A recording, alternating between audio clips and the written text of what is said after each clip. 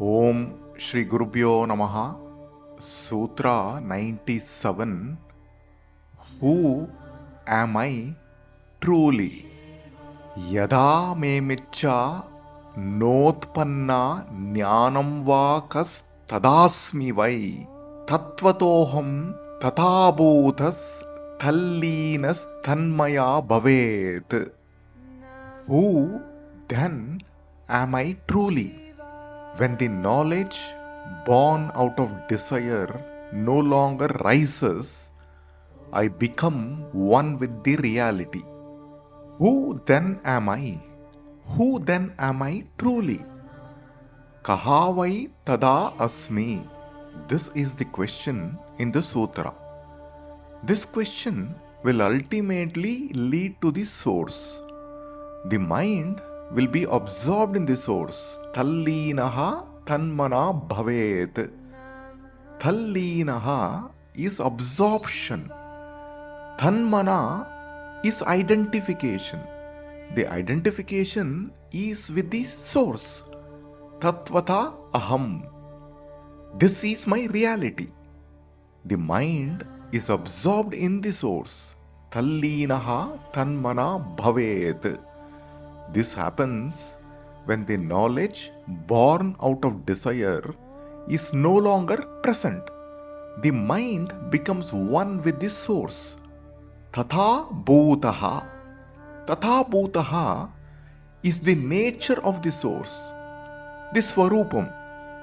This is the nature of Bhairava. Bhairava is Paramatman. Yada me micha notpanna jnanam vakas tadasmi vai tattvatoham tathabhutas tallinas tanmana bhavet. Who then am I truly?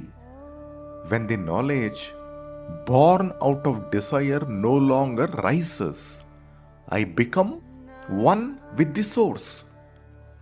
In Sutra-95, we inquired into the nature of Īśvara, Jiva and Jagat. Ishvara, Jiva and Jagat are not three separate entities, but they are appearances of one single reality. Water, ocean and the wave look distinct and different even though they are one and the same. This is the Brahman or Atman. They appear separate, and this is the confusion caused by Maya. Jiva, Jagat and Ishvara appear separate. In Sutra-96, we inquired into the nature of desires. Desires disappear the moment the person realizes inner happiness. The happiness in the world is the reflection of one's own happiness. This happiness is one's own self, one's own Swarupam. An individual by nature is complete and Purnam. The one who has transcended desires sees happiness everywhere. Desires disappear the moment the person realizes the self. Aham Brahma Asmi. Continuing from the previous sutras, when desires vanish, what is left? If desires vanish from me, what is left in me? Who then am I in that state? The dharana is asking us to contemplate on who am I. This inquiry will lead into the realization that our innermost essence is the ultimate reality, the unchanging pure consciousness. Tattvata aham. This is my essence. Tathabhudaha. Tathabhudaha. I am that. I am what I am. Identifying with that, the mind is absorbed in its essence. Tanmana tallinaha. Let us understand the sutra further. When the knowledge born out of desire no longer rises, I become one with the reality. What is this knowledge born out of desire? Our general understanding is knowledge is of the world and experiences. This knowledge grows over time. It is like a bank account that grows over time. Who is the person behind this knowledge? The person is always the same. The person is the knower of the knowledge. This is knowing. Knowing and knowledge are different. This should be the understanding. Knowledge is of an external thing. This is about object knowledge. Any knowledge can be reduced to object knowledge. An object may be known or unknown. However, the knower is always behind the known and the unknown. The knower cannot be reduced to knowledge. The knower is the truth, Satyam. The knower does not belong to any category such as known or unknown. If so, who is the knower? Kaha tada asmi? I, the knower, is not an object to be known. If I am not the object to be known, what is left then? It is the very subject. The I is the truth. I am the truth. Why tatvata aham? This is pure knowing. This is chit. This is kevala jnanam. This is complete understanding and total awareness. Tatha bhudaha. That kind of quality or nature. When the sutra says knowledge, it talks about the knowledge rising from desires. It says, when the knowledge born out of desire no longer rises, I become one with the reality.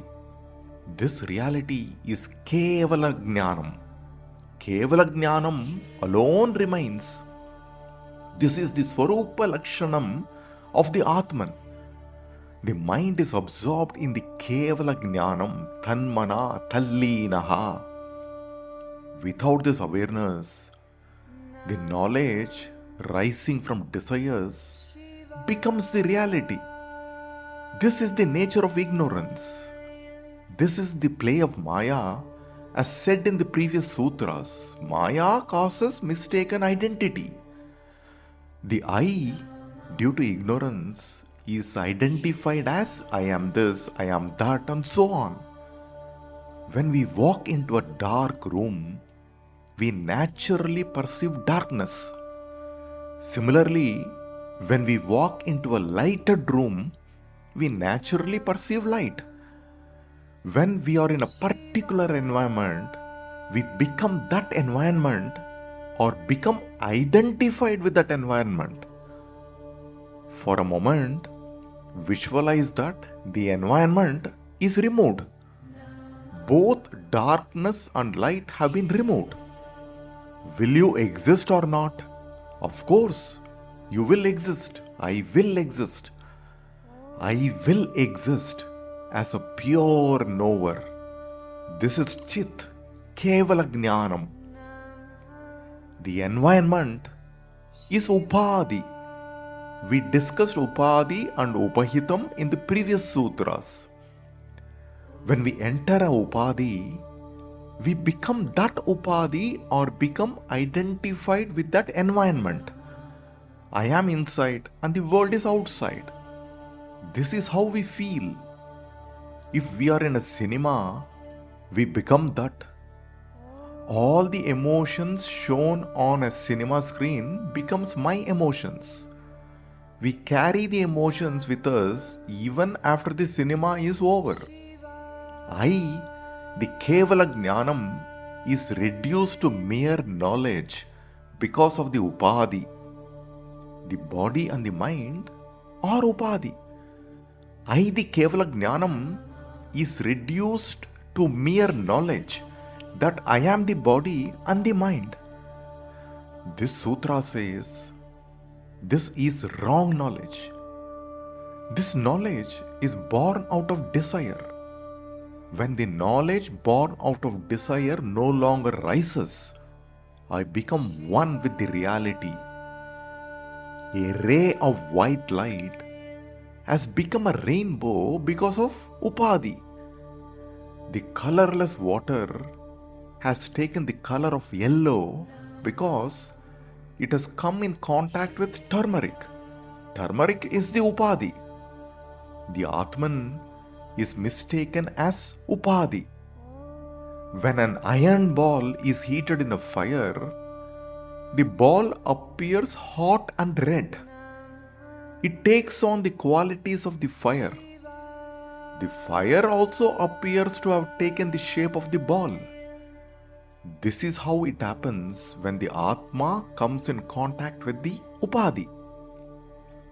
If this ignorance is removed, I remain as Kevala Jnānam.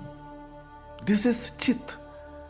The knower is always different from the known. The known can be reduced to knowledge. The knower is not knowledge. The knower is unconditioned. It shines like the sun on both the knowledge and ignorance. This is the Atma. The Atma shines on both knowledge and ignorance. That Atma is the illuminator. It is never the illumined, nor which is experienced, nor that is knowable. Illuminator means the knowing.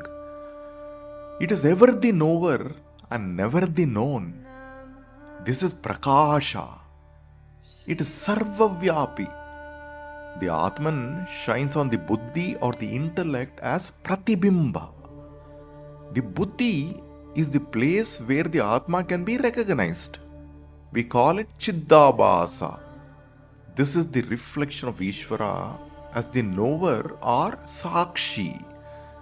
The Buddhi is also known as Hridayam. The Chiddabhasa in the Buddhi further reflects on the Manas. The reflection in the Manas is Jiva, the individual. When the Sarvavyapi Atma Prakasha first shines in the Buddhi as Pratibimba, the Jada Buddhi is illumined as though the Prakasha belongs to it.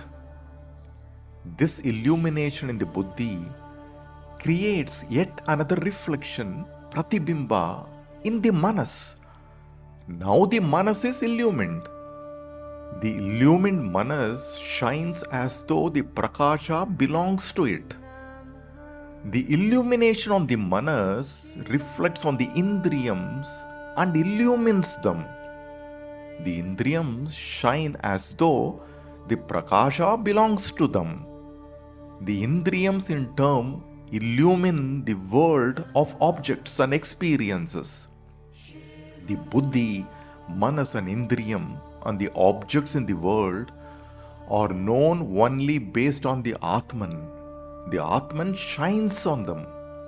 The Atman is always the knower and everything else is known. All that is known is knowledge. This is the essence of the sutra. The sutra says, let the mind turn towards the knower, the Sakshi.